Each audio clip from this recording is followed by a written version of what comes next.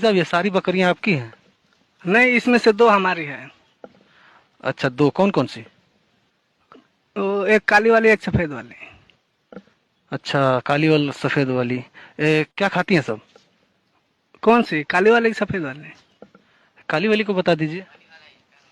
घास खाती है। और सफेद वाली क्या खाती है? वो भी घास ही खाती है। कहाँ रखते हैं इन लोगों को? काली वाली की सफेद वाली? अरे भाई, सफेदे वाली बता दीजिए। उधर बाहर मड़ई है, उसी में रखते हैं। और काली वाली को कहाँ रखते हैं? उसी मड़ई में रखते हैं। अच्छा, इनको नहलाते हैं? किससे नहलाते हैं? कौन सी, काली वाली को कि सफेद वाली को? काली वाली को बता दीजिए। पानी से। और सफेद वाली किससे नहलाते हैं? उसको भी पानी से नहलाते हैं। अरे मूर्ख कहीं का, जब दोनों को एक ही का करता है, जब काली वाली सफेद वाली, काली वाली सफेद वाली क्यों कर रखा है? दोनों एक ही साथ सब कुछ करता है तो। जानते हैं, ये काली वाली हमारी है। और सफेद वाली? वो भी हमारी है।